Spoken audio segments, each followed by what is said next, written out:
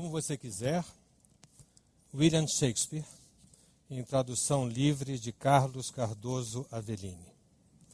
Ato 2, cena 3. O mundo inteiro é um palco, e todos os homens e mulheres são meros atores. Eles têm suas saídas e suas entradas. E um homem cumpre em seu tempo muitos papéis, seus atos se distribuem por 7 idades. No início, a criança choraminga e regurgita nos braços da mãe. E mais tarde, o garoto se queixa com sua mochila e seu rosto iluminado pela manhã, arrastando-se como uma lesma sem vontade de ir à escola. E então, o apaixonado suspirando como um forno, como uma balada aflita, feita para os olhos da sua amada.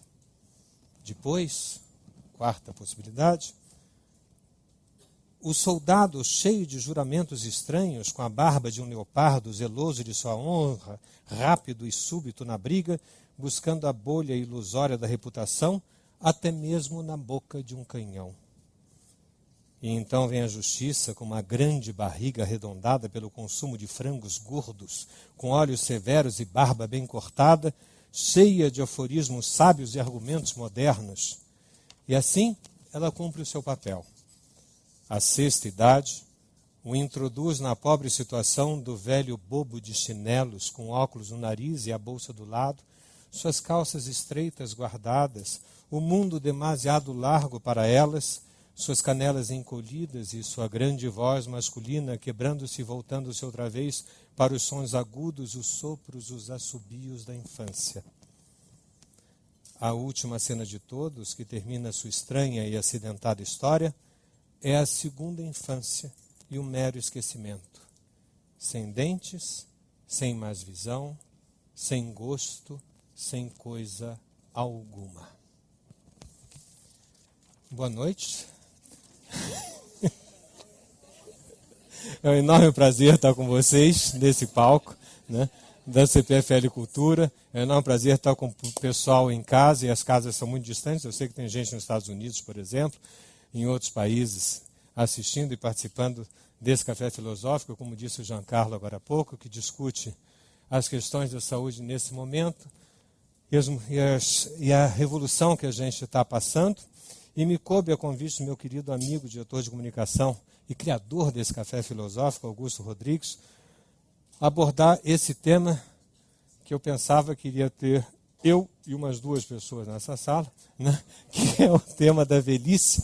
Eu digo isso porque, embora seja um tema querido de todos nós, porque a opção entre ficar velho e a outra opção não é a melhor, a gente acaba optando ficar velho, mas a negação da velhice, né, é tão grande quanto o seu tema.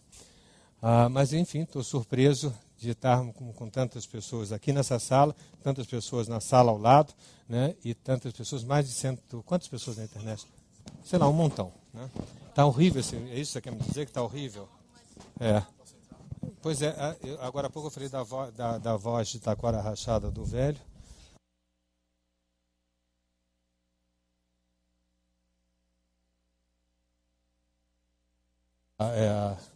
Alô, melhorou, né? Alô, pronto. Remocei uns 20 anos. Bom,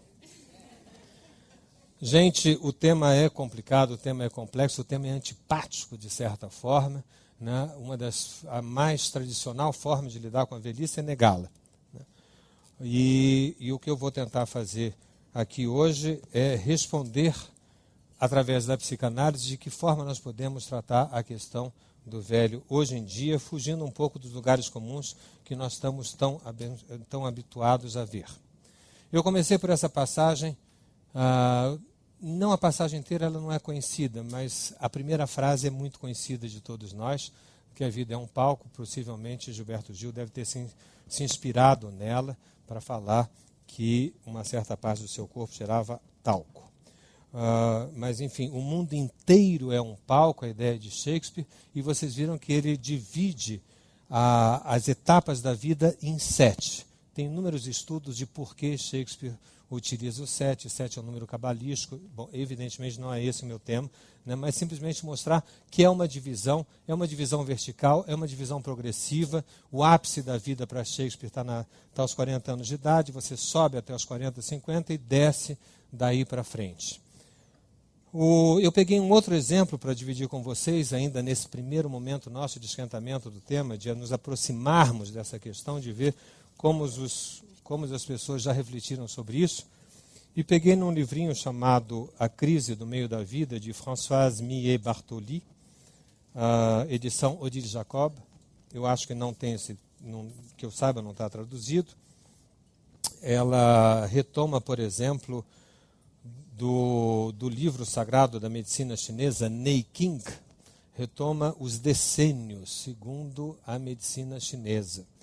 E aí diz que aos 10 anos de idade os órgãos do homem são firmes, sua energia concentrada embaixo do corpo, razão pela qual as crianças adoram correr. Aos 20 anos o sangue e a energia estão no período de crescimento no sentido vivo e leve. Aos 30 anos, os 5 órgãos estão em perfeito funcionamento e energia, o sangue está no máximo da sua intensidade e o caminho é tranquilo. Aos 40, a carne e a epiderme começam a se relaxar, os cabelos caem, a energia e o sangue estão em equilíbrio e a gente adora se sentar. Aos 50 anos, a energia do fígado começa a se enfraquecer, a secreção biliar diminui, a acuidade visual abaixa. Aos 60, a energia do coração enfraquece, nós temos tendência a ficarmos com um pouco de sono. Avisa os navegantes. Aos 70 anos, a energia começa a ratear, ela diminui, a pele fica seca.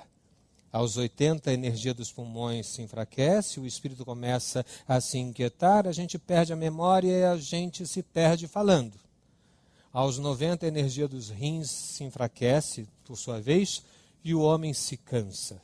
Aos 100 anos, a energia dos órgãos desapareceu, o espírito foi, não resta mais nada que um corpo físico. De novo, uma visão triste, uma visão de decadência da velhice, uma visão de perda. Bom, por quê? Porque uma inquietação fundamental do homem é saber o nome da morte. É a inquietação fundamental das nossas vidas. E normalmente a gente associa o nome da morte com o velho. Em algum momento, mais para frente, vou rapidamente projetar algo baseado em Heidegger, que lembra que 1 minuto de vida é idade suficiente para morrer. Repito, 1 minuto de vida é idade suficiente para morrer. No entanto, a gente jamais associa a morte com 1 minuto de vida, com 5 anos, com 10 anos, com 15 anos, com 20 anos. A gente começa a associá-la a partir dos 60, 70 anos, e para não apavorar ninguém aqui, a partir dos 90, vamos dizer, a gente começa a associar a morte, como se houvesse uma justificação. A idade justifica, a idade é o nome da morte, de certa maneira. É uma inquietação terrível para nós, a morte. É uma inquietação no nosso amor. Por que a gente gosta de tanta gente sabendo que elas podem morrer? Por que a gente gosta de pai e de mãe? Por que a gente gosta da mulher, do marido? Por que a gente gosta do filho? Sabendo que a qualquer momento nós podemos sofrer pelo desaparecimento dessas pessoas que a gente gosta tanto. Então, é fundamental, de certa forma, para nós que detestamos sermos surpreendidos, que a gente possa saber o nome da morte. Mas seria bom também lembrar que quem finalmente sabe o nome da morte corre o risco de chamá-la e ela escutar.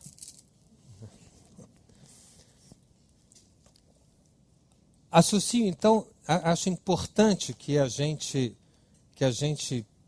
veja, que ponha isso em questionamento no momento em que existe uma incompatibilidade, razão da nossa discussão aqui hoje. Passa o primeiro slide. No momento que existe uma incompatibilidade entre o lugar da velhice e os velhos que nós estamos aí. Hoje em dia, não se para mais de trabalhar aos 60, 70 anos de idade. Hoje em dia não se para de amar aos 50, 60, 70 anos de idade. Hoje em dia não se para mais de planejar aos 50, 60, 70 anos de idade. Essa idade eram idades de pouso, eram idades de aterrissagem. E, no entanto, hoje em dia, elas não correspondem mais ao que nós conhecemos como a boa moral do envelhecimento. O mundo é outro. O mundo não responde mais à verticalidade das soluções anteriores, que daqui a pouco eu vou comentar. E nós não respondemos mais a tabelas de bom envelhecimento, como a que eu vou projetar agora. Segundo slide, por favor. Não dá para ler, não é verdade? Pois é, a técnica, que aliás maravilhosa de sempre, me disse, mas esse seu slide é horrível, não dá para ler. Eu falei, não tem a menor importância, porque exatamente não é para ser retido nada que está aí. Né? Com todo o respeito dos pesquisadores que fizeram isso, né? Meus colegas Butler, Kaplan e Sadok, que estabeleceram uma forma de envelhecer que a priori a gente vai dizer, não, mas é isso mesmo. Só que é isso mesmo, menos para os velhos. Porque, do ponto de vista que está aqui, isso é um exemplo de tabelas do bem e do mal. Nós temos na primeira coluna da esquerda os itens, no meio traços positivos e depois traços negativos. Então, eu diria, por exemplo, o melhor da vida, o que é? Traços positivos para o velho. Esse é um exercício responsável do poder, maturidade e produtividade. Traços negativos é ter uma concepção de ganhador, oposta do perdedor, é a competitividade. Segundo, o que fazer do tempo que sobra? Possibilidades, alternativas, organização de engajamentos, nova direção. Traço negativo, isolamento, fatalismo. Terceiro, fidelidades e engajamentos. Engajamentos em relação a si mesmo, aos outros, à sociedade, maturidade filial. Negativo, hipocrisia, decepção em relação a si mesmo. Crescimento e morte. Traço positivo, natural em relação ao seu corpo. Traço negativo, esforços patéticos e frenéticos, por exemplo, para ficar jovem, hostilidade e inveja dos jovens e de seus filhos, resignação e passividade. Finalmente, comunicação e socialização, maior fineza intelectual, continuidade, rede social importante, estabilidade das relações dos lugares e das ideias, e negativo, repetição, aborrecimento, impaciência, isolamento, conservadorismo, confusão e rigidez. Enfim, pode tirar, por favor. É algo que a gente pode dizer, sim, é muito bem pensado. Né? Sim, responde ao bom senso. Sim, responde a uma moral progressiva, responde a uma adequação, responde a uma harmonia. Resta saber se o desejo humano é harmônico. Resta saber, precisa contar isso para que a gente pare de querer, pare de inventar, pare de se alegrar, né? E aceite a resignação de um corpo em decadência biológica. Eu anteporia esse quadrinho ao próximo. Projeto próximo. Próximo slide. Que é uma coisa banal do que era e do que é. Que resume o que eu falei agora há pouco. Nós todos pensávamos que nós íamos nos aposentar aos 60 anos de idade e que a gente ia cuidar dos netos de 60 aos 70 e dos 70 a gente ia ter uma morte feliz. Nos enganaram. Né? E muita gente aqui chegou pensando que aos 50 anos de idade estaria no ápice da sua vida. Diretor de uma grande empresa, professor da Unicamp, uma vez que estamos em Campinas, sei lá, uma caderneta de poupança imensa que dá para ir à praia toda semana e ver todos os jogos do Santos. Né? Mas, de repente, você chega aos 50, 60 anos de idade e dizem para você que você tem mais 40 anos pela frente. Né? É terrível para muita gente. Né? Roubaram no jogo. Né? Porque a nossa geração, quer dizer, a geração das pessoas que estão aqui, a geração acima dos 30, 40 anos de idade, ela estava preparada para isso. Ela fez uma carreira para isso. E, de repente, o mundo mudou e a gente ganhou um montão de ano que a gente não tinha pedido, né? A gente não pode nem se queixar mais, estou velho, estou com 60 anos de idade. Porque vão dizer, mas 60 anos é uma criança, né? Me lembro do Paulo Otran, quando fez 70 anos de idade, que alguém disse para ele, mas como você está jovem? Ele falou, não diga isso, me deu um trabalho enorme, como ele falava, né? Me deu um trabalho enorme chegar aqui aos 70, né? Quer dizer, e de repente nós estamos frente à necessidade de novas iniciativas, e novas iniciativas em todas as áreas. Nós não podemos mais falar em corpo doente. Hoje em dia, os 50, 60, 70, 80 tem corpo sarado, né? Que diz respeito, o sarado não só diz respeito à falta de doença, mas diz respeito aos contornos, né? Aos contornos, como é que o corpo tem que ter.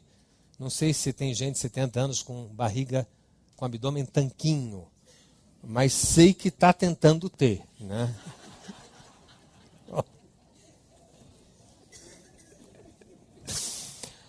O mundo que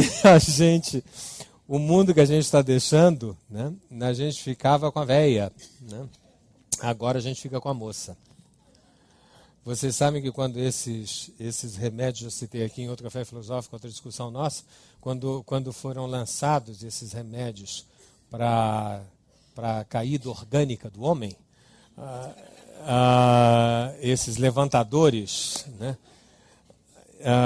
Houve um grupo de senhoras nos Estados Unidos que processaram o laboratório, porque, afinal de contas, seus maridos estavam em casa muito bem acomodados e, de repente, ficaram serelepes e começaram a se interessar por várias outras pessoas do seu quarteirão. E o laboratório foi processado. Eu não sei se ganharam o processo, mas que houve o processo, houve.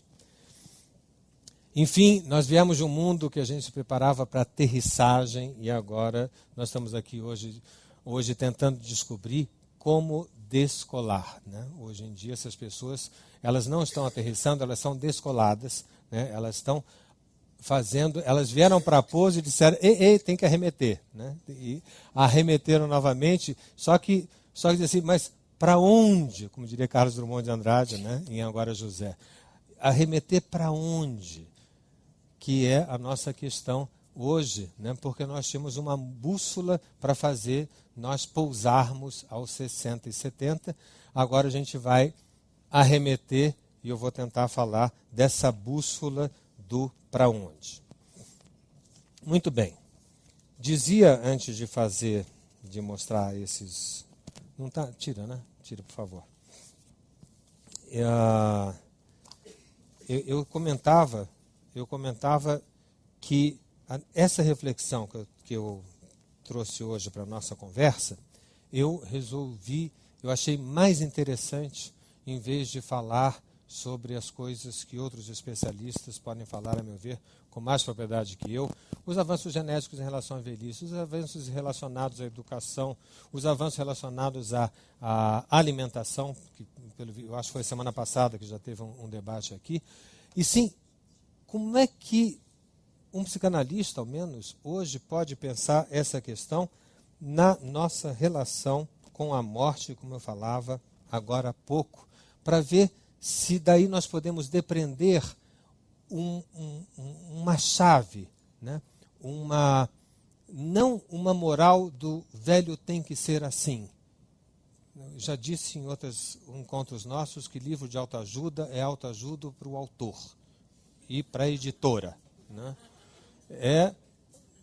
É muito ruim você comprar um livro de autoajuda, né? Ao menos compre um livro de heteroajuda. Platão, Aristóteles, Sócrates, enfim, Voltaire, Rousseau, tudo isso é heteroajuda. Agora, livro de autoajuda, né? Recentemente teve uma confissão simpática de uma apresentadora de televisão num programa fantástico há poucos dias, e agora começaram a fazer confissões. Eu proporia que nós também podemos fazer as novas confissões na televisão, e uma vez que ele está completando 300 anos, seria interessante fazer essas pessoas afora conhecer a confissão dessa apresentadora, conhecer, por exemplo, as confissões de Jean-Jacques Rousseau, né? Que traria possivelmente, né, maior impacto em cada um. Bom, então,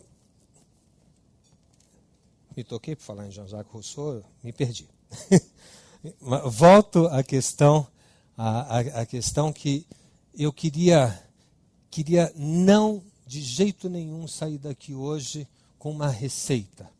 Não, agora eu sei como é ficar velho. Se eu puder sair daqui hoje e dizer assim, agora eu não tenho a menor ideia de como é ficar velho, né, eu acho que vai ser bacana. Né, que a gente limpe, né, a possibilidade de associar morte com velho. E deixar que a morte sempre seja uma surpresa. Que a mesma surpresa no menino de 1 minuto de vida, de 1 hora de vida, seja surpresa no velho, em idade cronológica, dos 70, dos 80, dos 90. E quem aqui já perdeu? E tem gente aqui que já perdeu. Né? Uma pessoa muito querida.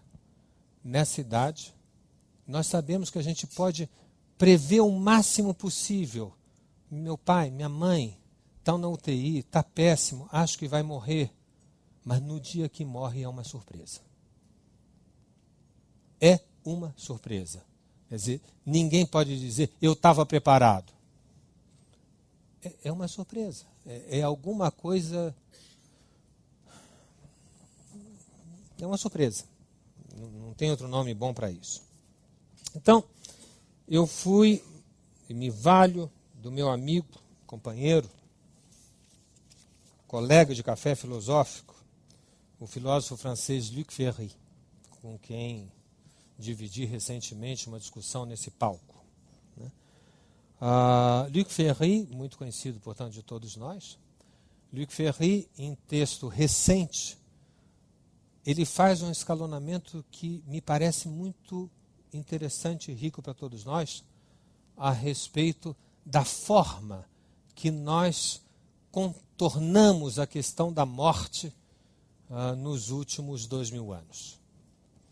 E ele faz isso, da forma que a gente lida com essa morte, ele faz isso em 5 etapas.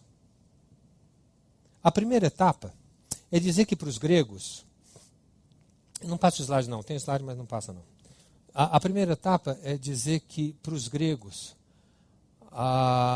o mundo não deveria ter dúvida, porque morte é o que nos impõe a dúvida. O mundo não deveria ter dúvida porque nós somos seres naturais. E tal qual uma palmeira, tal qual uma goiabeira, tal qual uma macieira, cada um de nós deveria encontrar o seu lugar na natureza e se ajustar a esse lugar. Eu sou macieira, você é goiabeira, você é bananeira, você é mestre, você é escravo, você é artesão, você é criança, você é mulher, você é guerreiro. São as categorias utilizadas com melhor definição em Sócrates e em Aristóteles, por exemplo, dizendo que a vida, basta você se adequar àquilo que você é. A vida é natural. Faz muito tempo isso, fazem 2000 anos. E nós continuamos a dizer que a morte é natural. Para os gregos, não hoje.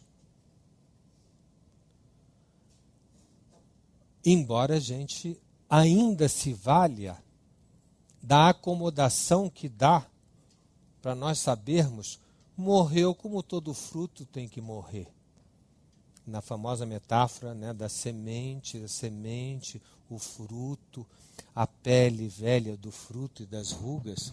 Já pensou começar a pôr botox em macieira? Enfim, quer dizer, a pele embotocada, né, e finalmente o fruto que cai e que volta para a terra para semear novas pessoas. Bonito. Velho que nem sei lá. Isto sim é velho, né? Mas nos consola pensarmos, né, naturalmente.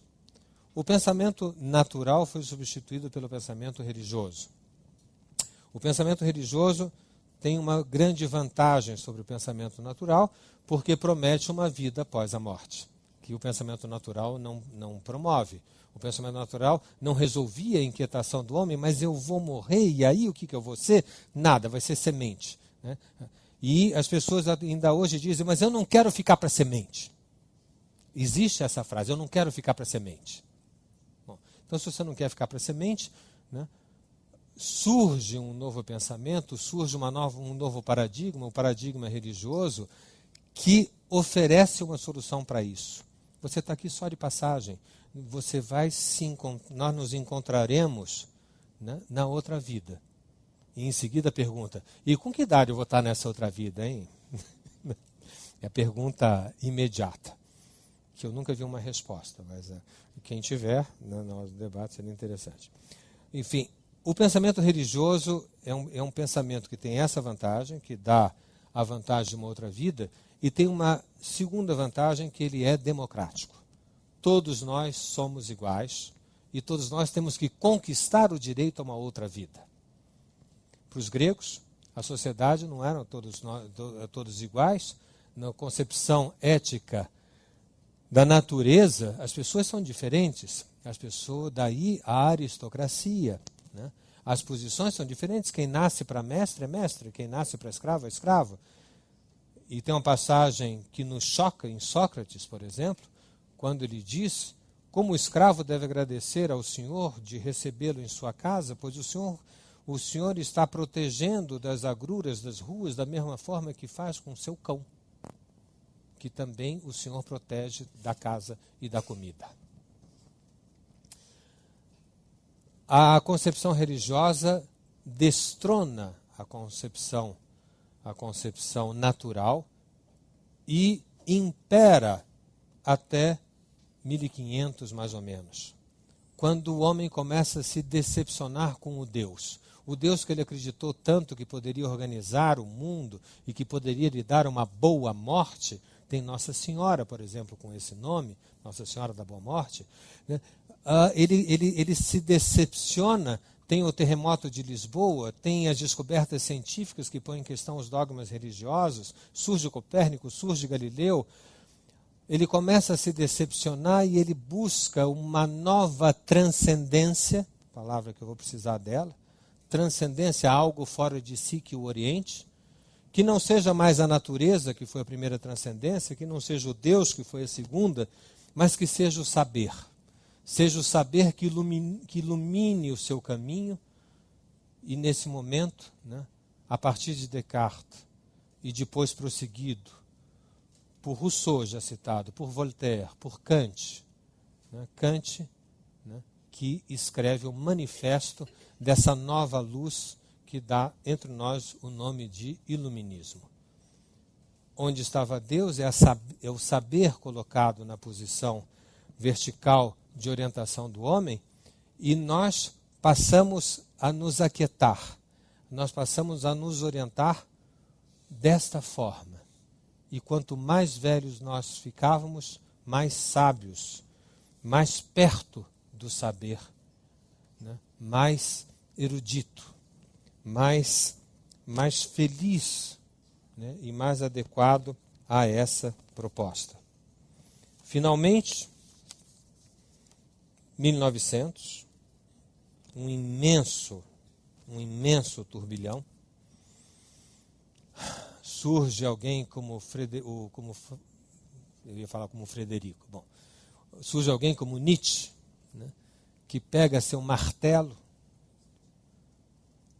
É assim que ele falava, né? Ele pega o martelo e começa a bater sobre tudo aquilo que a gente acreditava. E chama a natureza, os deuses, a razão, de falsos ídolos. Nada disso serve. Nenhuma transcendência deve orientar o homem. E nós vivemos o século da desconstrução. Quarta etapa. O século da desconstrução. Finalmente, a etapa que nós chegamos hoje é a pergunta se há uma saída a essa desconstrução. a uma nova saída para lidar com a morte? A proposta de Luc Ferry é que sim, que nós estamos frente a um novo tipo de humanismo, sobre o qual vou falar um pouco daqui a pouquinho. Vamos rever o que eu acabei de falar através dos slides que eu não deixei projetar, por favor. Então, primeiro, a natureza. Segundo, natureza e religião. Terceiro, natureza, religião, iluminismo, humanismo. Quarto, desconstrução. Quinto, isso já falei, a partir do primeiro minuto de vida já é velho o suficiente para morrer. Depois, estão todos aí, os 5, natureza, religião, iluminismo, desconstrução, novo humanismo. Depois, esse é interessante.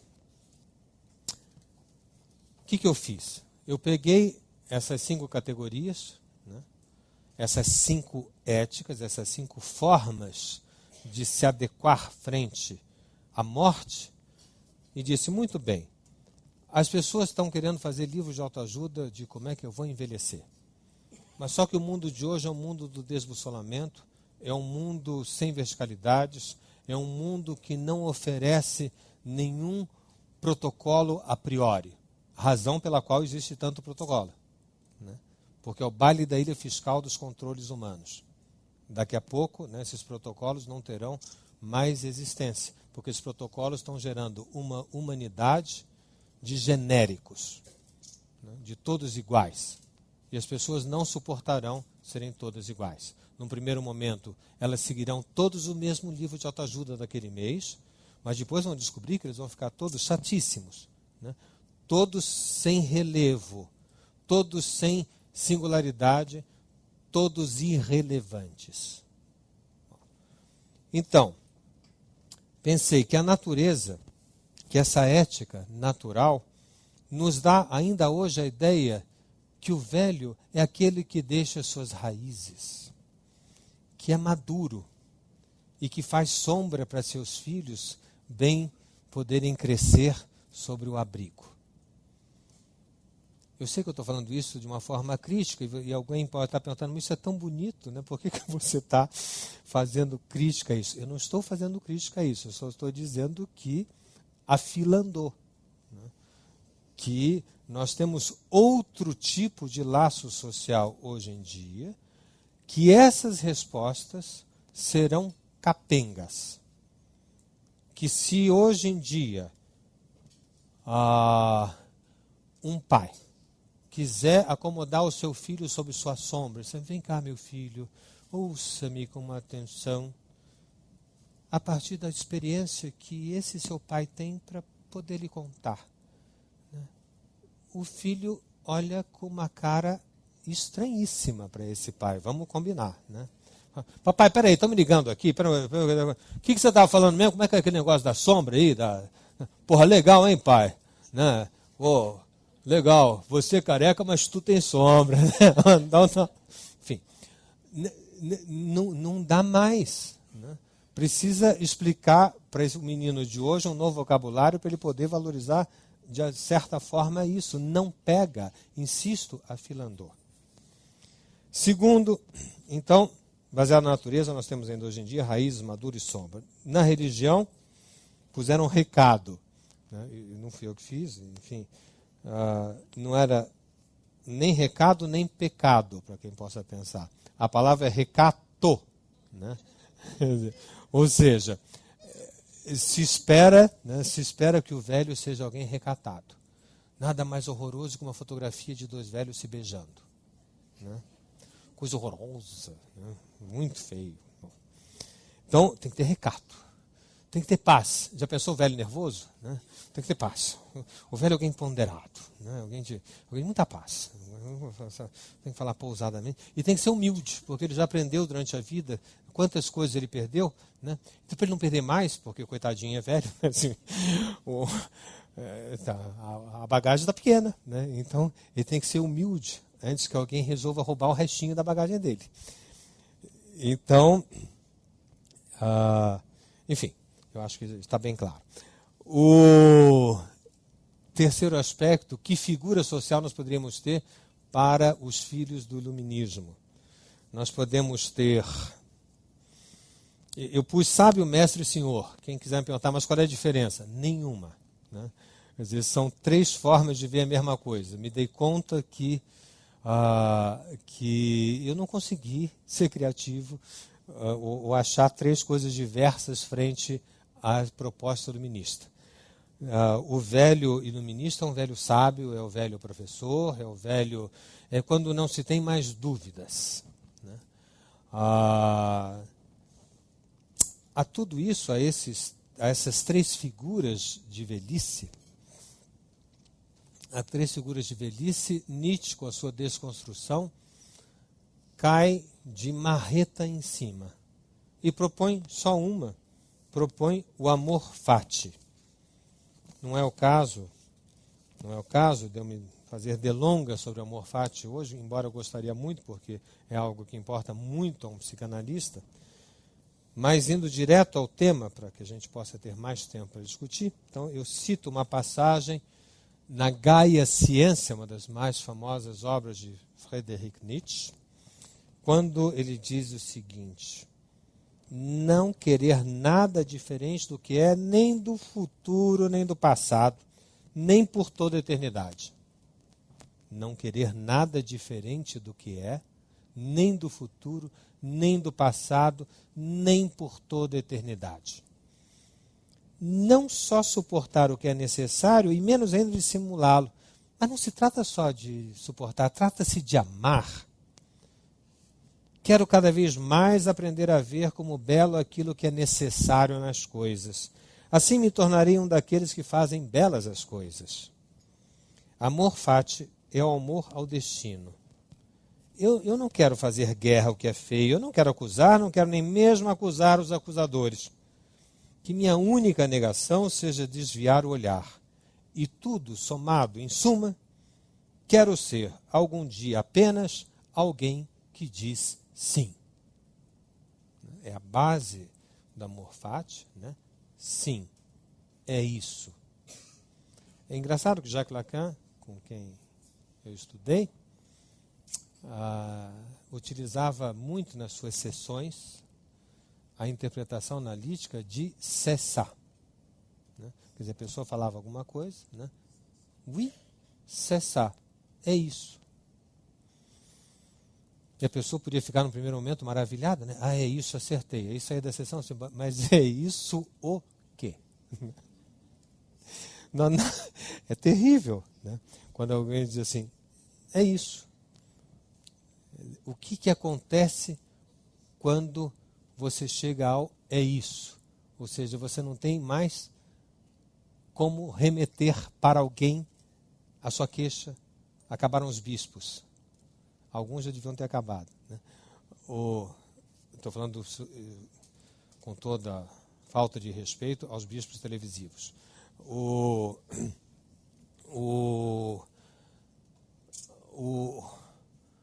amor fati é um ponto de passagem fundamental para esse momento posterior.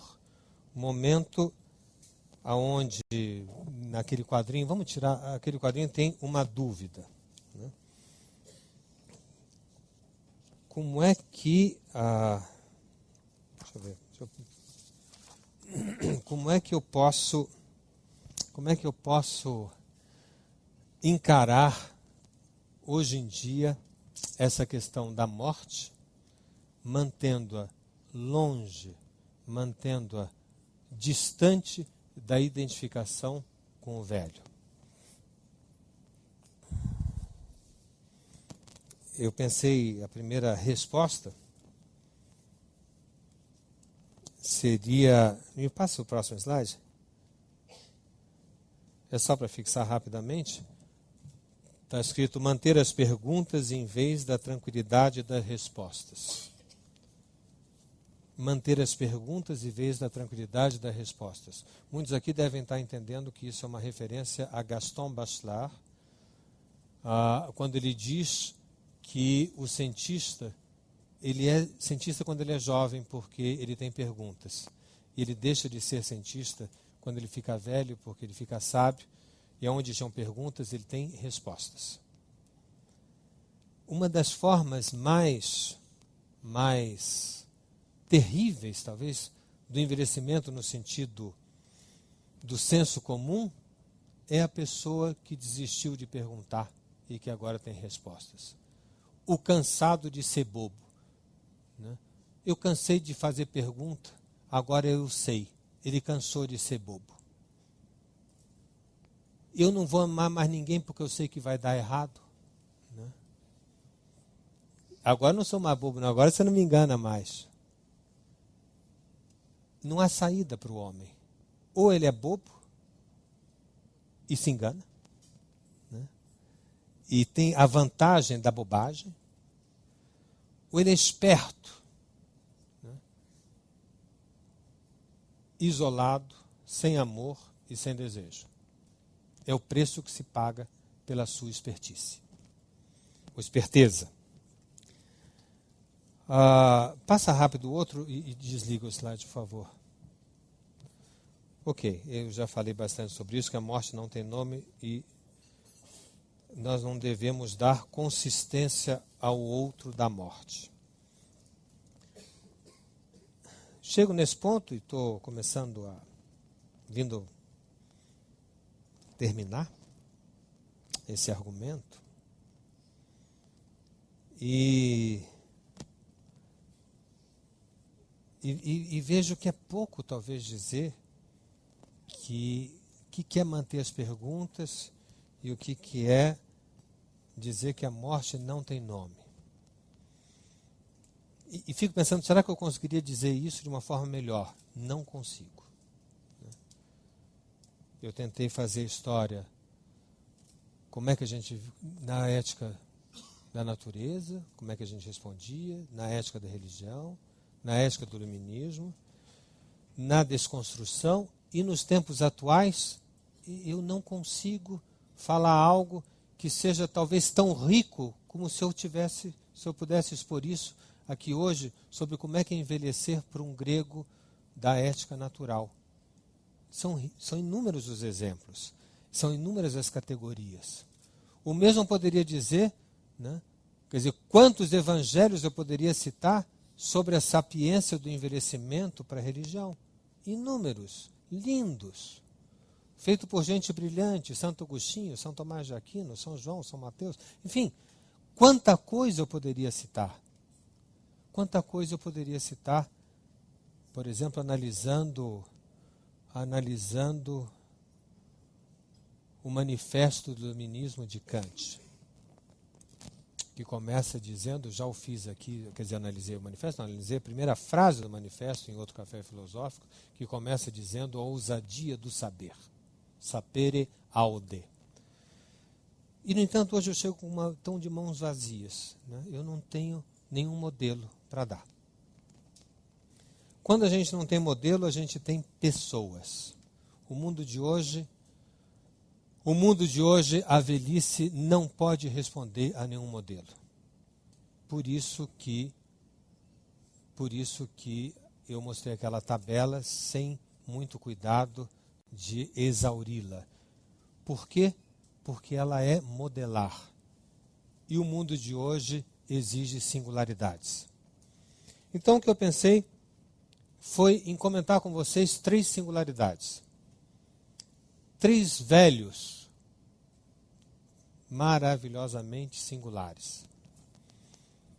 3 velhos amigos nossos. Oscar Niemeyer, Fernando Henrique Cardoso e Chico Buarque de Holanda. Desculpe, Chico. Sorry, 67, né? Então, você se acha velho, Chico. Ao menos você se diz velho. Então, tem uma progressão, tem Niemeyer, 104 anos, Fernando Henrique, 80, Chico, 67.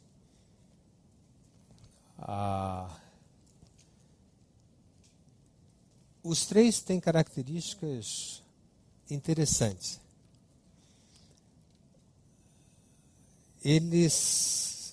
Ninguém avisou a eles que eles estão velhos. ninguém avisou Niemeyer que não é hora mais dele ficar projetando. E muito menos de ir ao sambódromo. Sambódromo não é lugar para cadeira de roda, Niemeyer. Você não tem nada que ficar desenhando e nem ir visitar o que você construiu em Niterói. Niemeyer, você não tem que ter aula de piano aos 100 anos de idade.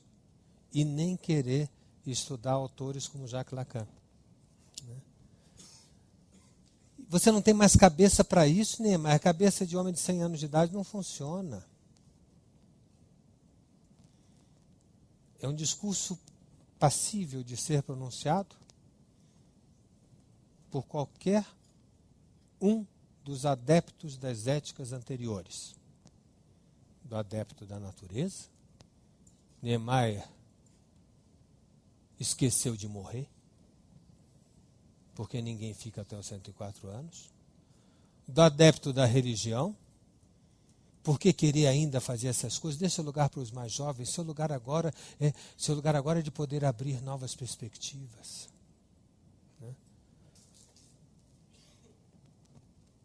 Do adepto do iluminismo. Não, do amor fati, ele não estaria mal. Fernando Henrique Cardoso. Corro o risco de trazer o nome de alguém que hoje em dia é mais conhecido como ex-presidente da República que como sociólogo. Mas vou falar do sociólogo. Então, por favor, não me escutem com reticências políticas. Mas sim de ver que esse homem que tem 80 anos de idade e que assumiu, teve o cargo durante 2 mandatos de presidente da República de um país, Brasil, em seu último livro, ele questiona, não responde, ele questiona o poder que ele mesmo exerceu. Seu último livro se chama A Soma e o Resto. Nome, aliás, interessante. A Soma, é um livro que ele escreve para comemorar seus 80 anos de idade, e o resto. Enfim, com muito cuidado de não ferir suscetibilidades políticas, insisto, leio a página 97, a seguinte passagem, eu vou me restringir a isso. Ou será que esses relacionamentos múltiplos atuais estão gerando uma consciência que não é como no passado, a consciência de classe, de pertencimento a um partido, e sim a consciência que cada um tem que se mover de vez em quando por certas causas, e as causas são tão diversas quanto os interesses dos indivíduos. A diferença tal está no de vez em quando e na pluralidade das causas. Nem sei se é correto ainda falar em causas. Talvez devêssemos falar de motivações, razões, valores, que podem não ser os mesmos sempre, para todos, nem estão dados de uma vez por todas. Veja, ele afirma e infirma ao mesmo tempo, tentando encontrar uma forma de sair do pensamento causalista habitual, vertical, hierárquico, centralizador, dizendo, existe uma nova realidade no laço social e o fazer político hoje não responde mais ao fazer político anterior, mas não é o anterior de 100, 200 anos atrás, não, é o anterior de 10 anos atrás. Nós sofremos uma revolução paradigmática fundamental. Brasília não existe mais. Volto a fazer referência a Carlos Drummond. Minas não existe mais. No modelo antigo, a arena estava definida. Brasília, no caso. Ele não cita Brasília, só estou explicando, uma vez que vocês não estão vendo a página inteira. O debate se dava nos partidos, no Congresso, e no limite, nos movimentos sociais. Hoje, o debate ocorre, na maioria das vezes, sem mobilização e com intensidade variáveis. Ou seja, sem mobilização, não espere mais, o povo unido jamais será vencido. Não critiquem seus filhos de não irem para a rua Maria Antônia com bandeiras de luta, achando que eles são alienados. Não pensem que eles são alienados porque eles estão em casa, num computador e nas redes sociais, porque eles são virais e eles estão criando imensas revoluções nesse mundo. Que a gente diga isso, como já disse aqui, já examinamos isso nesse café filosófico, ok, é a nossa função. Nós discutimos aqui a pós-modernidade, nós discutimos aqui a vanguarda de hoje. Que um ex-presidente da República, aos 80 anos de idade, assine embaixo que centros não existem mais, que hoje o debate ocorre na maioria das vezes sem mobilização, longos períodos de aparente calmaria podem ser de repente interrompidos por momentos de grande efervescência, pois a sociedade contemporânea não ferve o tempo todo, esquenta, ferve, depois cai a fervura, esfria, mas o debate reaparece adiante, com seus altos e baixos, idas e vindas de temas. É o ato ou o hábito de debater que é, por assim dizer, contínuo. Bom, e por aí vai. Quer dizer, o que eu quero chamar a atenção é como é que essa pessoa, né, de repente, o quanto isso pode favorecer que aos 80 anos de idade, né, ele se questione dessa forma e, pessoalmente, muitos sabem, né, pessoalmente relance uma vida amorosa. E, mesmo quando a ciência diga, esse não é seu filho, né, ele diz, a ciência diz que não é meu filho, mas é meu filho sim. A diferença de outros personagens, né, que diz, a ciência diz não é meu filho, então não é meu filho não. Né? Mas de que maneira poder dar uma outra resposta? Terceiro, o velho Chico, que eu convido, não já, técnica. Todo mundo deve ter sido, agora eu falo de uma unanimidade, me salvei. Né? Chico Barros de Holanda, quase uma unanimidade brasileira, lança seu último disco, profundamente alguma coisa, aonde, em homenagem a quem eu já citei, meu amigo Augusto Rodrigues, não podia deixar de citar isso, sei que é uma música muito querida a ele, e há muitos seguramente aqui presentes, e aí na internet, ou na TV Cultura, quando ele diz em Essa Pequena, ele diz que o tempo dele é curto e o tempo dela sobra. Quer dizer, contradiz de cara as éticas anteriores. Quem tem tempo curto não pode ficar com quem tem tempo de sobra. Quem tem cabelo cinza não pode ficar com quem tem cabelo cor de abóbora, não orna.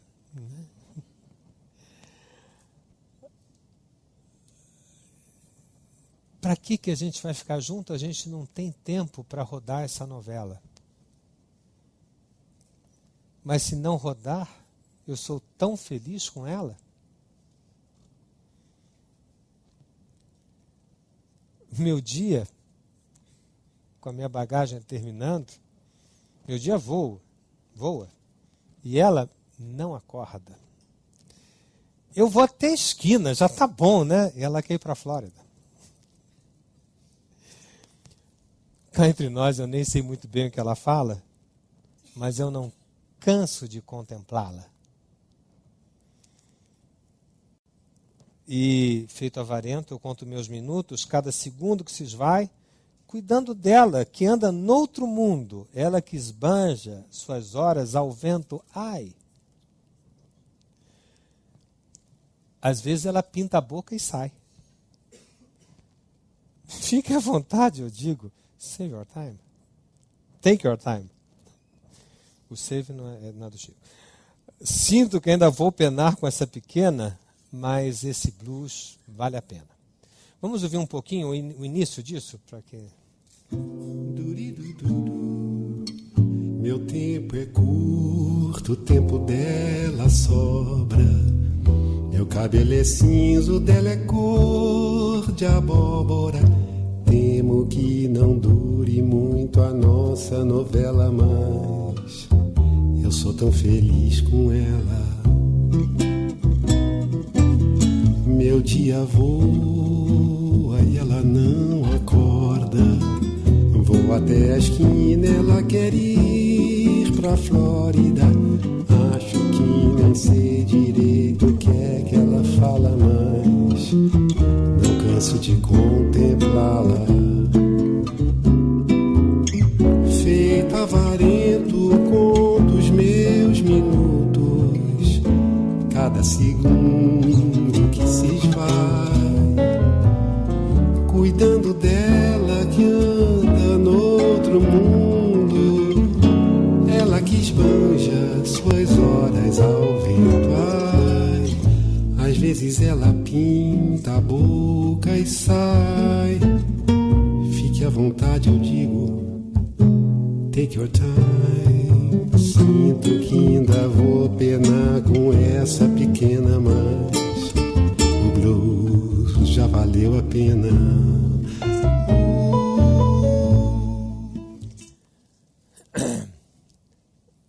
É a solução Chico, né?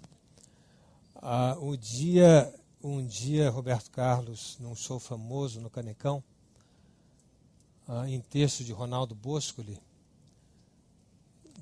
e cantando uma música que ele canta sempre, Detalhes, ele diz: o importante não é vocês seguirem os meus detalhes. O importante é que quando eu canto os detalhes, vocês cantem os seus. Enfim, o ponto de apoio que eu queria dar nesses três personagens da vida brasileira, um político, sociólogo, um arquiteto, um compositor e escritor, é que os três mantiveram a dúvida viva. Os três são bobos. Os três inventaram soluções singulares. As suas invenções fizeram desses três marcas. Eu não preciso citá-los, quer dizer, um traço de um a gente sabe quem é, meia canção a gente sabe quem é, né? O outro é conhecido por uma sigla, inclusive.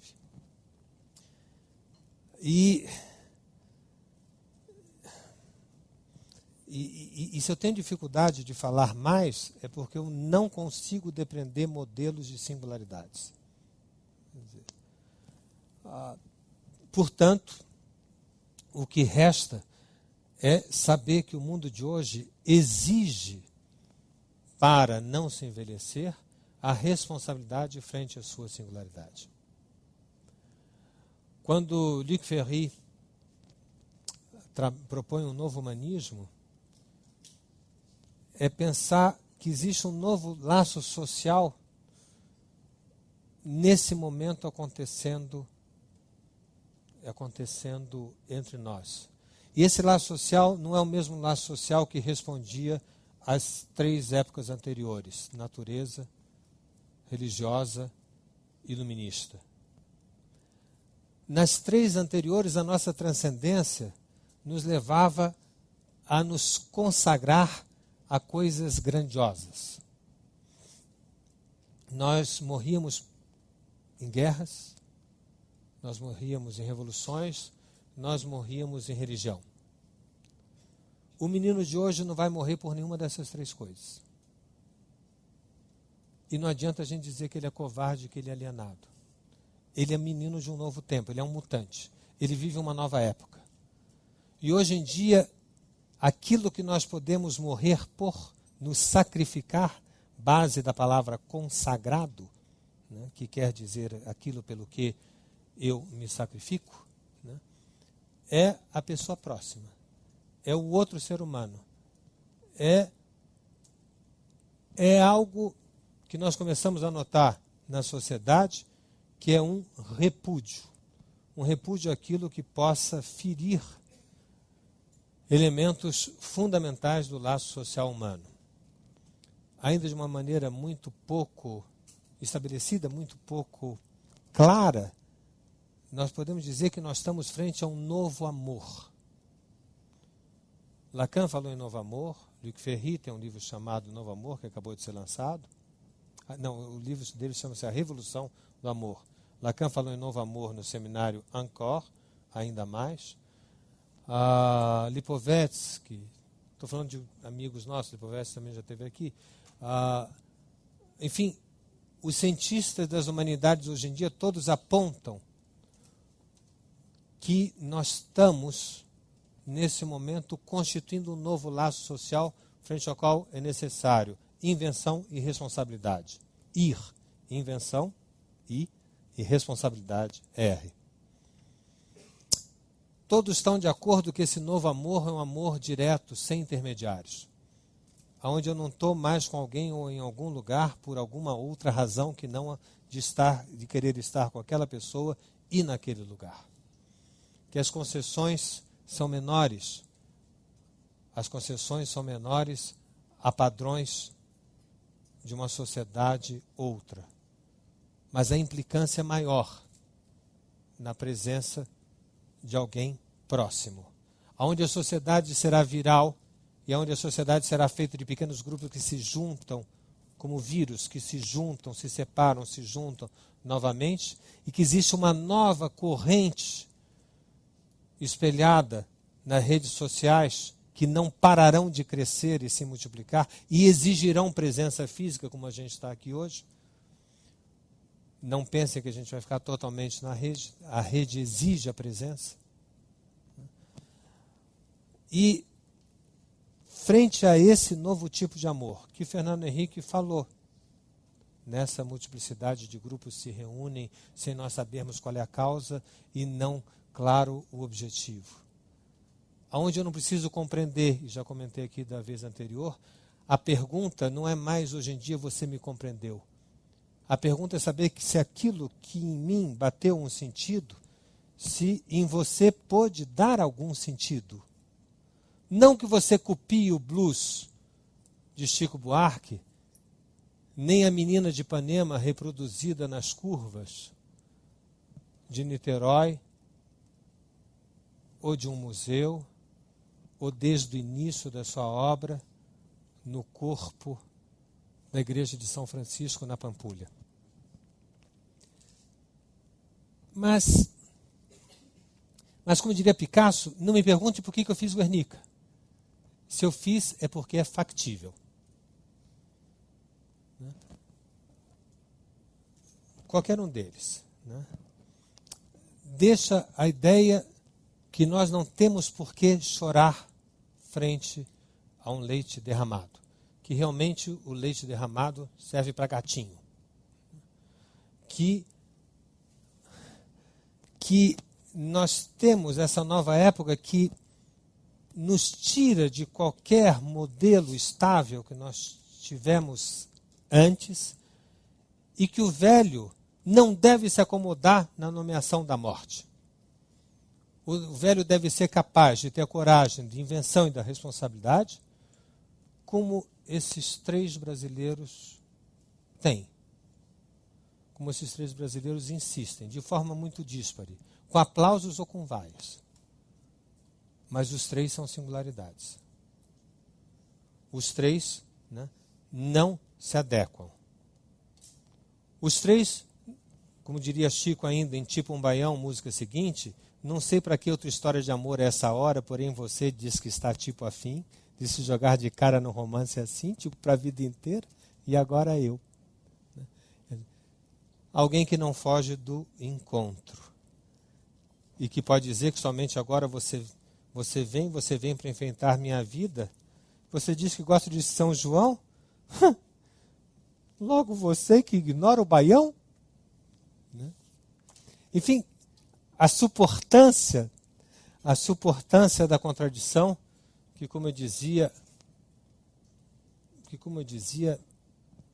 antes, a pergunta não é mais se aquilo que eu fiz você compreendeu.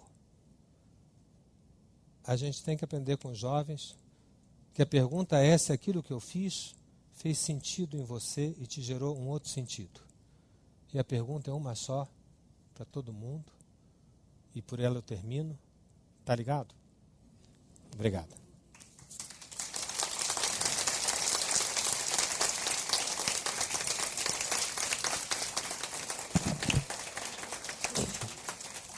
Obrigado. Bom, depois desse quadro muito bem desenhado por Jorge Forbes, né, sobre as singularidades na velhice, passamos para as perguntas, já que é prerrogativa dos jovens, né, fazer perguntas, então é com vocês, como ele disse justamente, né?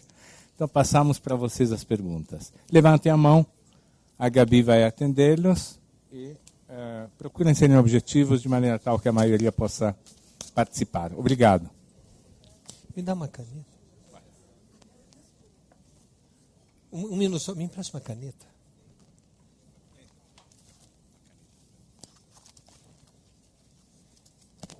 Quem vai falar? Grazie.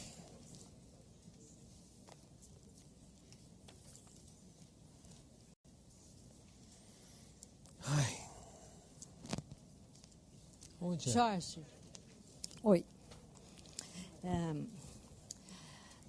Foi assim tocante sua conferência. Eu acho que você traz uma nova velhice. E quando você diz que nós estamos numa nova época que tira qualquer modelo de antes sobre a velhice e que o velho não deve se acomodar na nomeação da morte. E eu acho que existe na universidade uma nomeação da morte que é a aposentadoria compulsória. O que você acha disso? Esqueci que eu estou com o microfone. Eu acho uma excrescência, né? Eu acho uma excrescência na universidade e nas empresas. E acho que elas vão pagar caro por isso. Eu ponho na sua questão a questão das empresas também, que tem me preocupado de coisas que eu ouço falar. Na universidade, a USP, por exemplo, encontrou uma solução muito interessante. Criou no seu centro, inclusive no seu centro geográfico, mais ou menos, né? Enfim, criou o Instituto de Estudos Avançados. O Instituto de Estudos Avançados, ele foi criado com o objetivo de ser o local mais divertido e criativo da Universidade de São Paulo. Eu fiz parte desse instituto, aliás, fico muito contente de ter passado um tempo lá. E ele tem como objetivo não responder os quesitos habituais da universidade. As pessoas que estão lá, eles não têm que corrigir provas, não têm que dar títulos, né? Eles têm que se reunir e criar novos pensamentos e fazer publicações interessantes.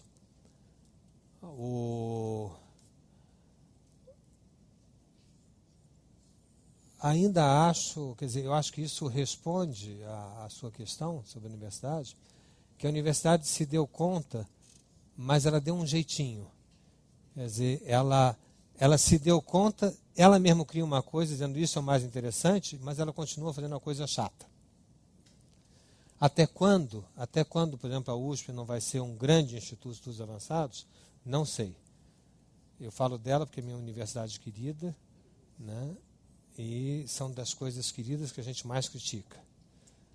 E a burocracia, mesmo sendo ela, né, a grande universidade brasileira, a burocracia faz com que ela seja muito menos do que poderia ser, do meu ponto de vista.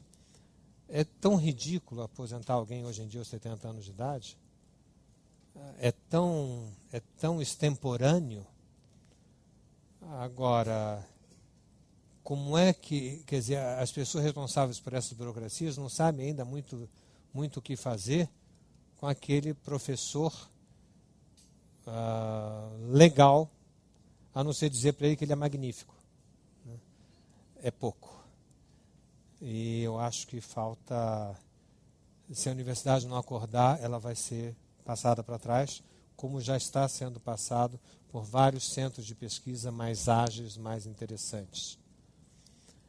A mesma coisa na empresa, até onde as empresas vão continuar dizendo que uma pessoa, aí é pior, não é 70, é 60, né? 60 anos de idade vai para o conselho, né? São modelos que respondem a essas éticas anteriores. Não, vamos procurar novos diretores, vamos procurar tem um nome para isso, me esqueci agora, mas enfim, Vamos procurar no mercado novos diretores, que será formidável a gente trazer sangue jovem para a nossa empresa, será muito melhor do que aquelas outras pessoas. Ok. O que está acontecendo?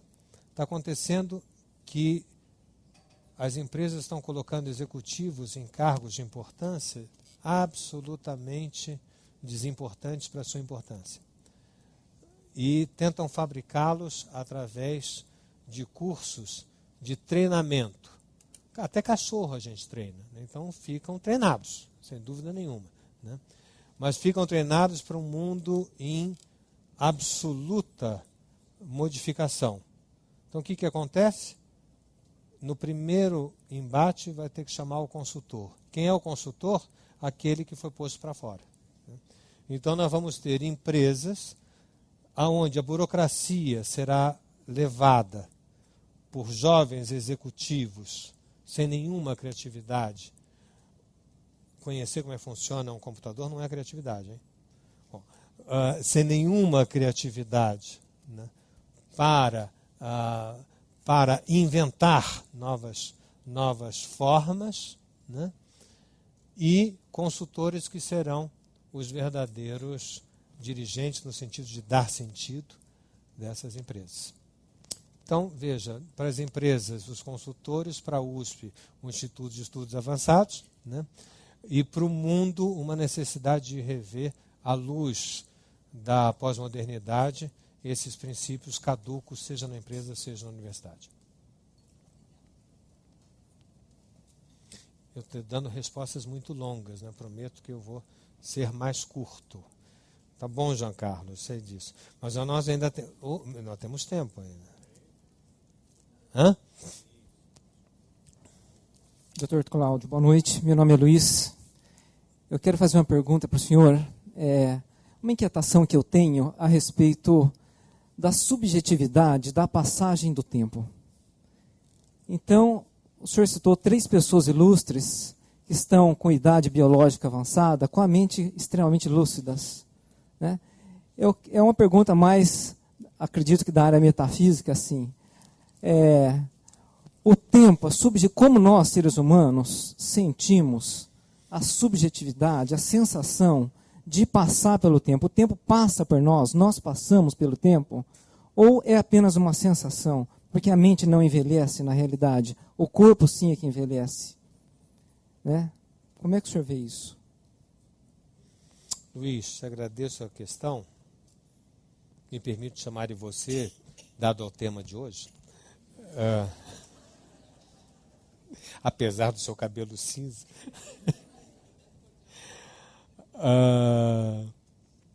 Mas o que eu tentei fazer aqui hoje foi sair do vício de nós pensarmos comportamento standard.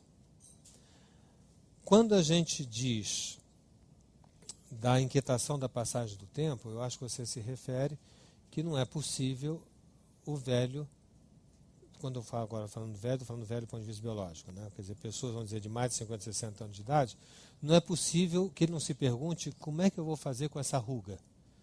Como é que eu vou fazer com essa dificuldade de me levantar da cadeira? Como é que eu vou fazer com esse corpo esquisito? Será que, a partir, por exemplo, do que eu falei, isso quer dizer que nós sejamos indiferentes a isso? Não. O que eu quis dizer é que o velho acha tão estranho o seu corpo, como o adulto acha estranho o seu corpo, como o jovem acha estranho o seu corpo, como a criança acha estranho o seu corpo. O nosso corpo é estranhíssimo para nós desde que a gente nasceu.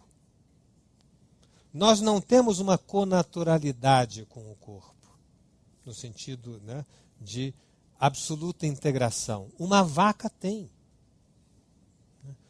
Vaca nenhuma duvida, não tem café filosófico no pasto. Né? Bom, ela tem uma integração completa com o seu corpo e com o seu ambiente. Né? Dá um estrogonofe para uma vaca, ela não come. Né? Ela prefere o pasto. Bom, nós comemos as coisas mais diversas, inclusive o pasto. Né? Bom, então, quer dizer, O que eu quero insistir, Luiz, é por que dizer que só o velho se acha estranho quando olha a ruga? Capeta! A gente se acha estranho desde que nasceu. Coisa mais esquisita que sou eu. A língua alemã tem duas palavras para o termo corpo. Leib e Körper. Eu não sei falar alemão, não. Aprendi algumas palavras, entre elas essa. Körper diz respeito ao corpo biológico, ao corpo do cirurgião. O outro, Leib, diz respeito ao corpo que eu acho que é o meu. O descompasso entre esses dois é eterno. Só que, foi por onde eu comecei hoje, nós nos acostumamos a pensar que o velho é coerente com o seu corpo. E o que eu quero dizer é que não existe coerência. Existe um vício social de pensar assim, porque aí você identifica a velhice e a morte. E o que eu quis fazer foi descolar a morte, dizendo que a morte sempre nos surpreende. E a mesma surpresa que temos de um bebê, a gente deve ter de um ancião. Está claro? Então, nós não subjetivamos a passagem do tempo? Claro que sim. Chico acabou de fazer isso nessas músicas. O disco inteiro é isso. Viu? Eu recomendo. Quer dizer, o disco inteiro é a mesma temática. Ele está tentando se virar. Ele está tentando... O que eu faço com esse diabo dessa mulher? Que pôs em questão o corpo dele. Mas essa questão eu acho muito mais interessante do que saber se vai pôr botox ou não vai pôr botox. O que eu faço com esse corpo de cabelos grisalhos frente ao espelho da menina de cabelo ruivo? Me parece que essas questões são mais interessantes que as questões dos padrões sociais.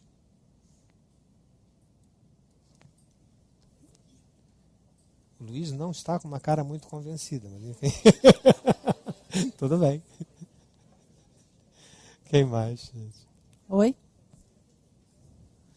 Tudo bem. Por aqui só. Tem internet? Ah, é? Tá bom. Eu gostei muito do desenvolvimento do seu raciocínio, porque você foi chegando, Elaine, você foi chegando nessa coisa da singularidade, que é uma delícia, né, à medida que a gente vai passando no tempo, como ele comentou. Mas eu notei que você trouxe 3 exemplos de homens. Estou advogando em causa própria, né? Você tem, assim, de bate-pronto, algum exemplo de mulher?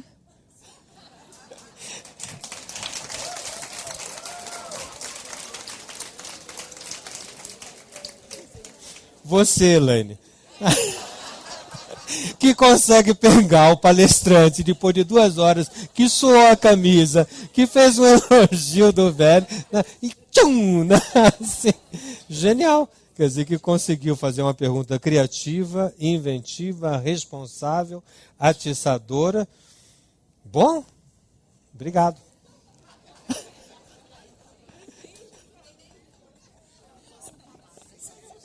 Oi? Pronto. Alguém...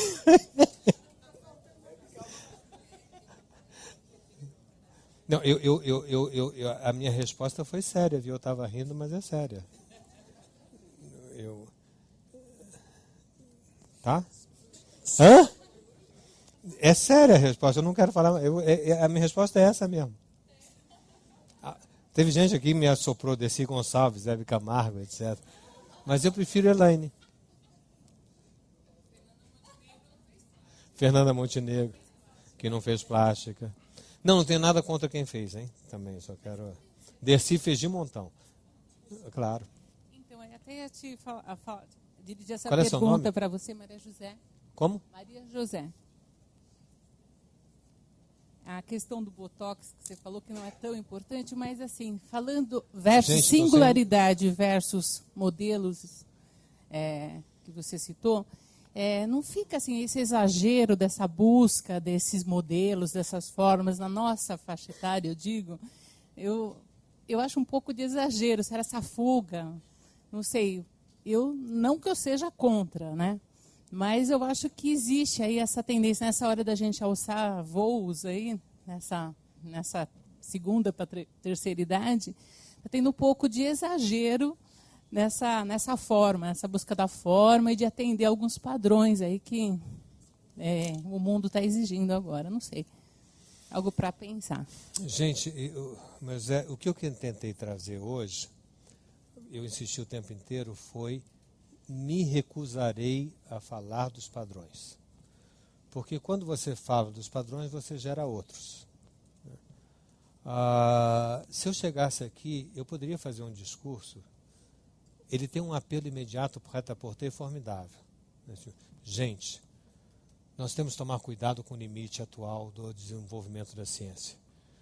Cabe a nós mesmos pôr um basta sobre esse desencadeamento desenfreado de novas soluções que fazem com que, no primeiro momento, ponhamos botox no meio da testa e fiquemos com cara de bruxa, porque levanta do lado, e em seguida do lado e fiquemos com cara de paisagem, por ter ficado sem nenhum tipo de relevo. Né? Temos que tomar... Enfim, eu posso continuar fazendo esse discurso, ele está na ponta da língua, né?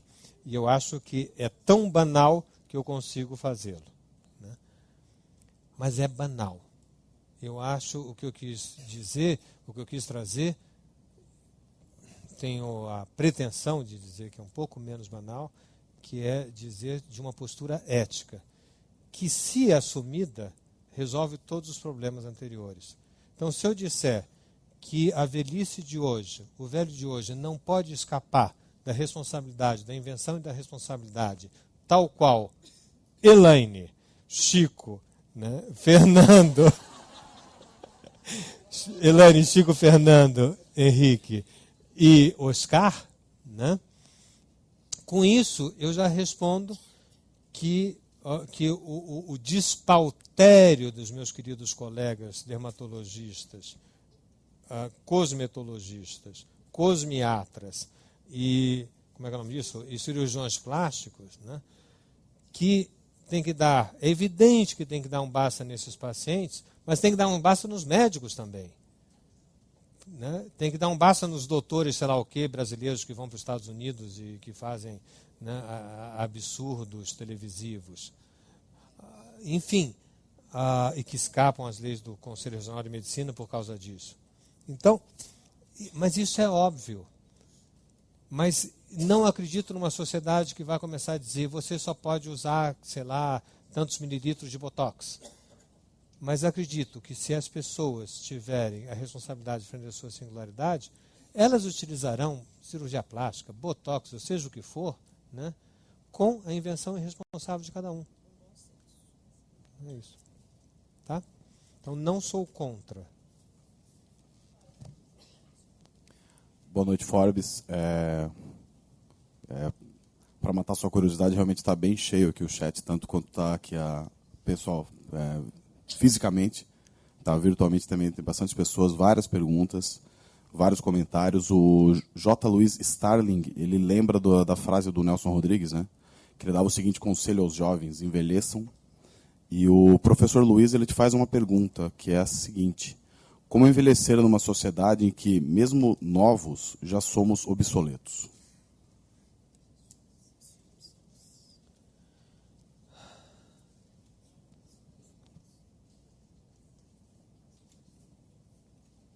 Eu não tenho essa...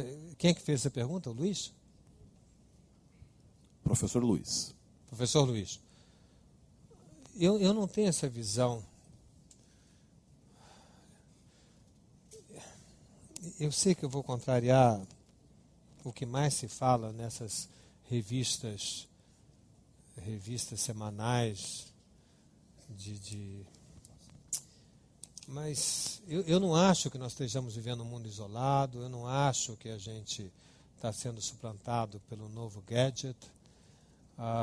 Eu acho que sem dúvida isso ocorre,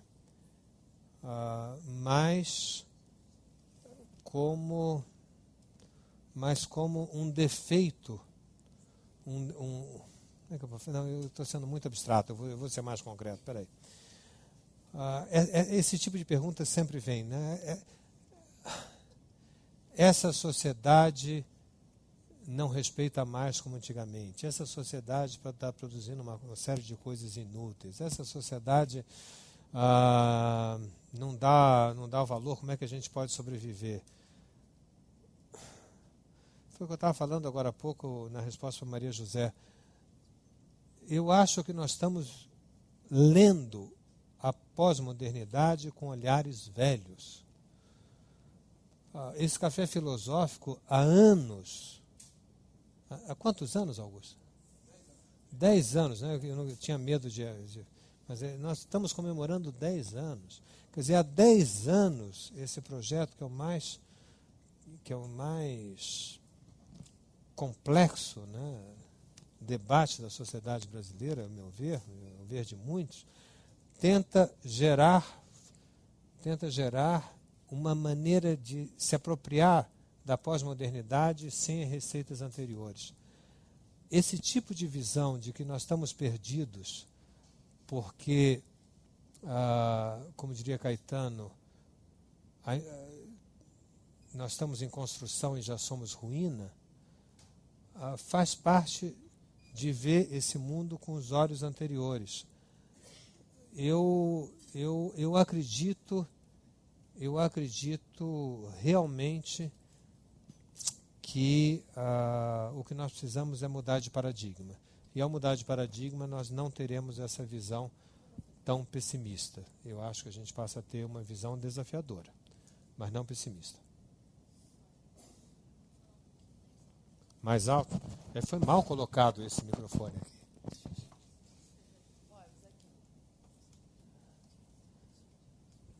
Boa noite, eu quero cumprimentá-lo pela objetividade, embora você diga que não é, mas eu ousaria acrescentar aquele aspecto tão proeminente que é a morte é uma surpresa. Eu ousaria acrescentar o seguinte: é o único fato que eu não conheço. É o último fato que eu vou enfrentar. E a minha curiosidade vai me levar a morrer com os olhos abertos para ver o que vai acontecer. Que tal se o senhor acrescentasse isso? Tá ligado. Agradeço. Quem mais?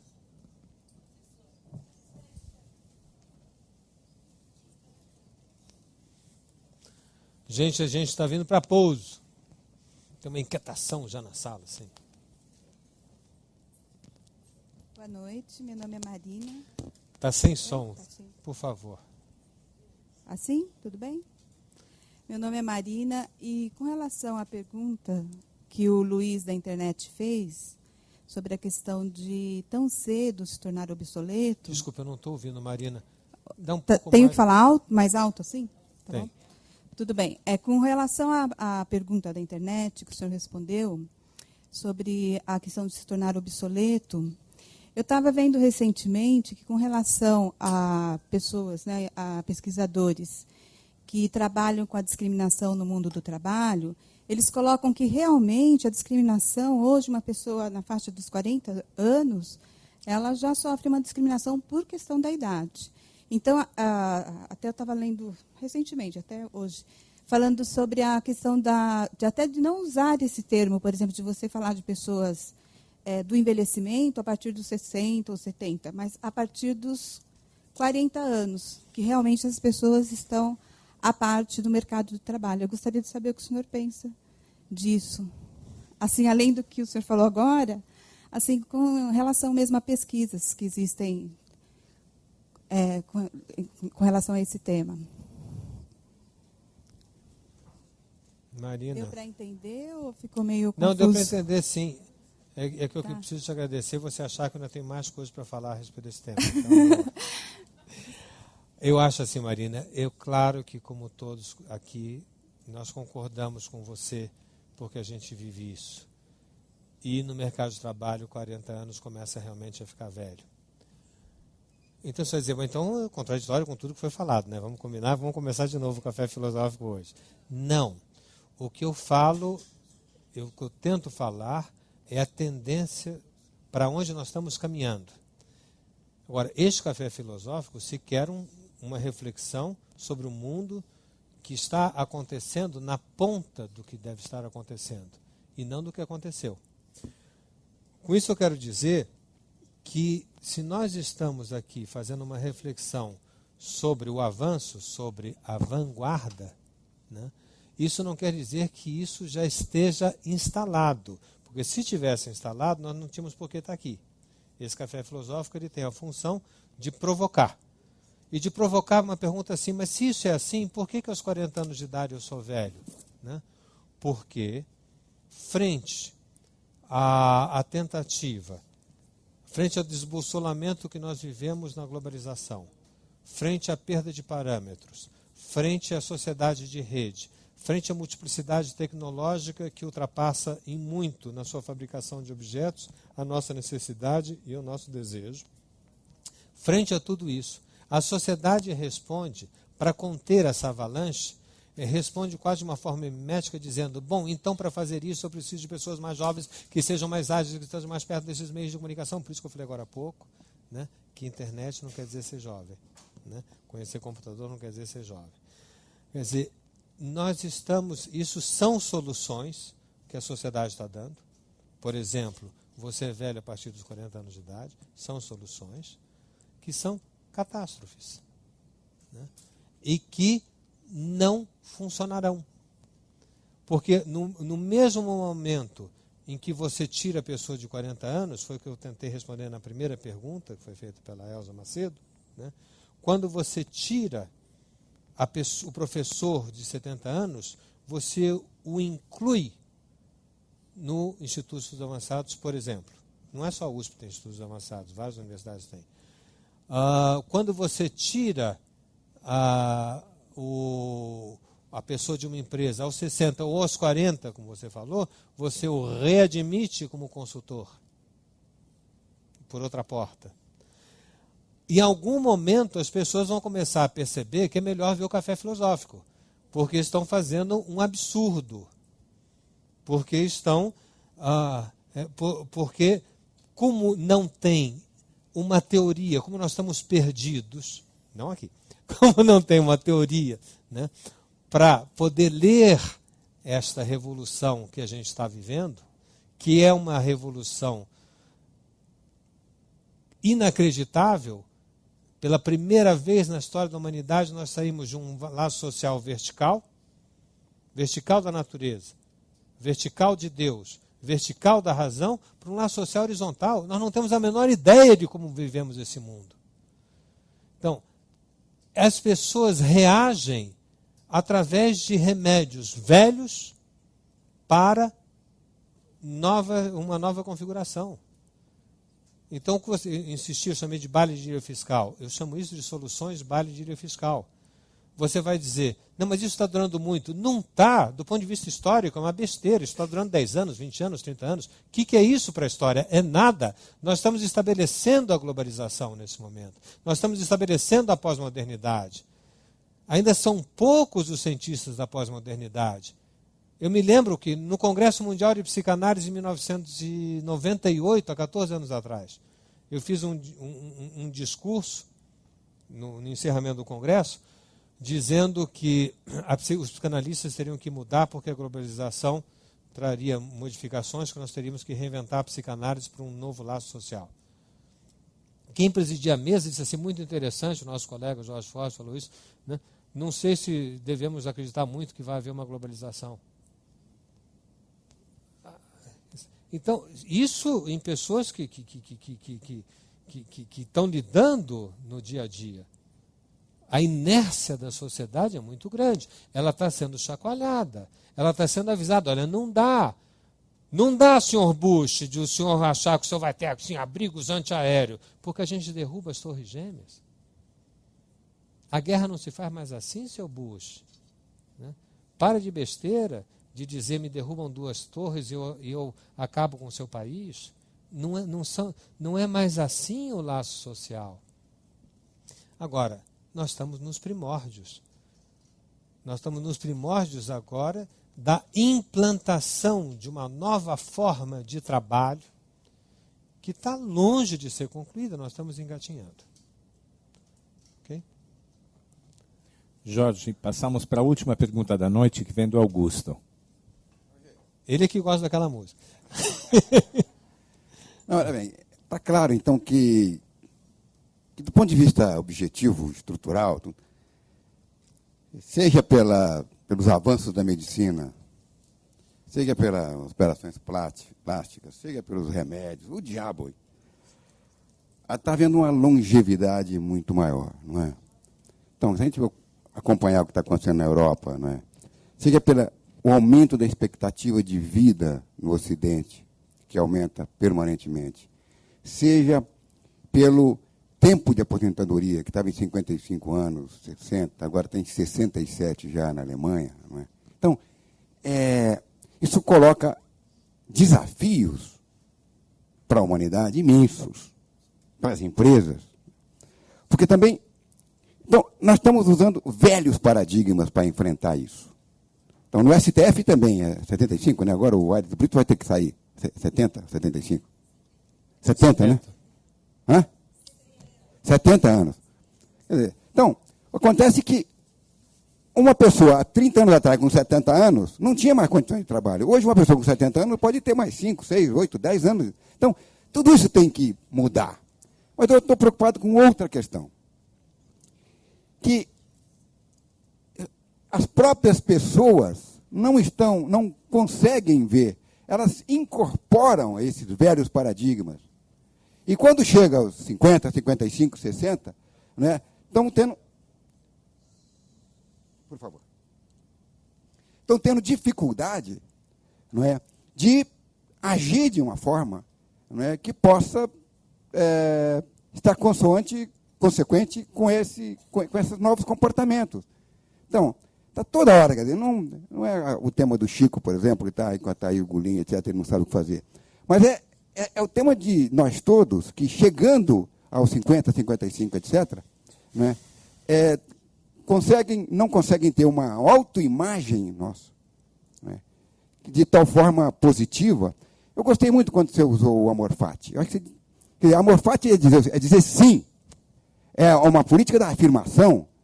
E é dizer sim a toda. Então, é dizer sim quando você chega com 15, com 20, com 25, quando você chega com 60, com 70, 80. Né? E afirmar essa idade, e aceitar essa idade. Né? Sem, muitas vezes, precisar, por exemplo, usar, né, como diz o contrário do Calegari no artigo de hoje, ou de ontem, não sei, que ele chegou lá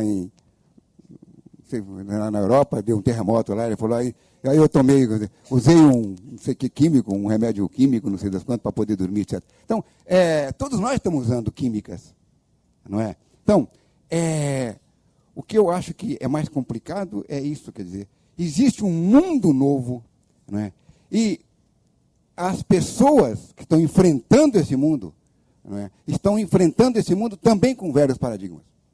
Não é? E aí fica tudo mais difícil. Bom, eu não posso deixar de dizer que, para quem não conhecia, acabou de conhecer o criador do Café Filosófico. Né? E o criador disso daqui merece sempre essa nomeação. O Augusto falou que é claro para todos nós o impacto dessa longevidade. Se não é claro do ponto de vista do conhecimento, é claro do ponto de vista da vivência. Né? E inclusive de vivência afetiva. O filho hoje se pergunta por que o pai não aposenta. Porque ele foi criado numa imagem que deve substituir o pai. E o pai continua. E como é que ele fica? Né? É a ideia da fila, a ideia da verticalidade. Você ainda está aí? E eu? Né? Mal sabe ele que se ele quiser que o pai pare, ele terá que manter o pai. Então, é bom ele começar, né? Se ele não se deu conta disso ainda, ele será dado conta, porque por lei, senhores filhos, né? Por lei, né, tem que manter o velho pai. E isso cai num outro problema. Nós ganhamos mais 40 anos de idade. E nós temos alguma possibilidade de ter seguro social para pagar mais 40 anos de idade? Não temos. Né? França já faliu nisso, Inglaterra já faliu. O Brasil, que é mais rico, que é mais... Quer dizer, nós não temos. Então, eu acho que isso é divertido porque eu não consigo realmente ser pessimista, embora eu sei que cara de conteúdo sisuda sempre dá a impressão assim, de uma sabedoria. Eu não consigo. Eu não consigo porque eu vejo que o próprio movimento humano vai fazer com que as pessoas necessariamente terão que se repensar. Então, sobre esses exemplos que o Augusto estava falando, seja na empresa, eu acrescentei a família, eu falei da Seguridade Social. Né? Augusto, você fala do amor fati. Sem dúvida, eu adoraria ter desenvolvido um pouco mais, é a coisa que eu mais desenvolvo nesse momento, é como dizer sim, só acrescentando a Nietzsche, quer dizer que é um sim que me ultrapassa. Né? Um sim de uma transcendência na imanência, de alguma coisa que tem sempre uma força, algo mais forte que eu. Né? E que a cada momento eu tenho que dizer sim e me deparar com isso daí. E o Augusto conclui a questão dele, que me fez buscar uma resposta, e eu vou terminar com ela, terminar com a resposta, que é, todos esses problemas existem, mas nós temos que falar do problema de nós mesmos. E o problema de nós mesmos é que nós nos lemos através do outro social. Todos nós aqui nos lemos através do outro social. Quando hoje os homens aqui presentes escolheram, na imensa gama de variação da roupa masculina, do azul ao marrom, né, para vir nesta festa, né, como diria Noel, com que roupa que eu vou, a festa que você me convidou, né, os homens são repetitivos. E antes que Elaine diga, as mulheres são divertidas, estão na diversidade. Né, mas também, né, respondem a esse outro social, a não ser... O Chico, a cor de laranja também responde. Bom, a do cabelo. Então, nós seremos levados a, necessariamente, Augusto, a não responder ao outro social. Se quisermos suportar o velho inventivo e responsável. E aí, enquanto você falava, eu dizia, bom, mas então o que eu posso, né, para retomar a sua questão anterior, que me disse da minha, que eu não queria ser objetivo. Não, eu quero sim, eu tento, eu nem sempre consigo. Né, mas eu tento fazer um esforço. Né. Então, enquanto Augusto falava, eu dizia, mas o que sensivelmente a gente pode traduzir essa questão da não resposta ao outro social? Porque isso é muito conceitual, é muito lacaniano isso. É uma linguagem que, para quem está assistindo, quem está aqui, sabe da minha formação lacaniana, ele está usando a questão do outro Lacan. Claro que eu estou. Né? Mas e como é que eu traduzo isso em miúdos? Eu traduzo isso em miúdos, Augusto, pelo medo do ridículo. Pelo medo do ridículo. Nós fazemos concessão ao outro social porque nós temos medo de parecermos ridículos. E nisso, Alberto Caeiro já bem o disse, né, que ridículos são aqueles que nunca escreveram cartas de amor. A resposta já foi dada pelo poeta. A resposta já foi dada por esses personagens que, se são artistas, tiveram que ultrapassar o medo do ridículo. Não é ridículo tentar aprender piano aos 100 anos de idade. Não é ridículo amar a menina de cabelo ruivo.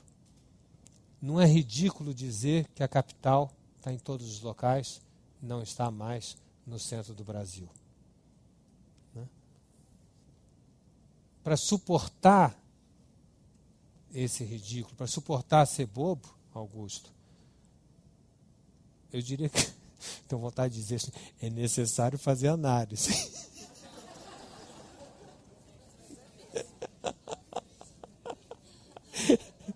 Se não resolve totalmente, ajuda muito, né, a você se ouvir, né, e saber,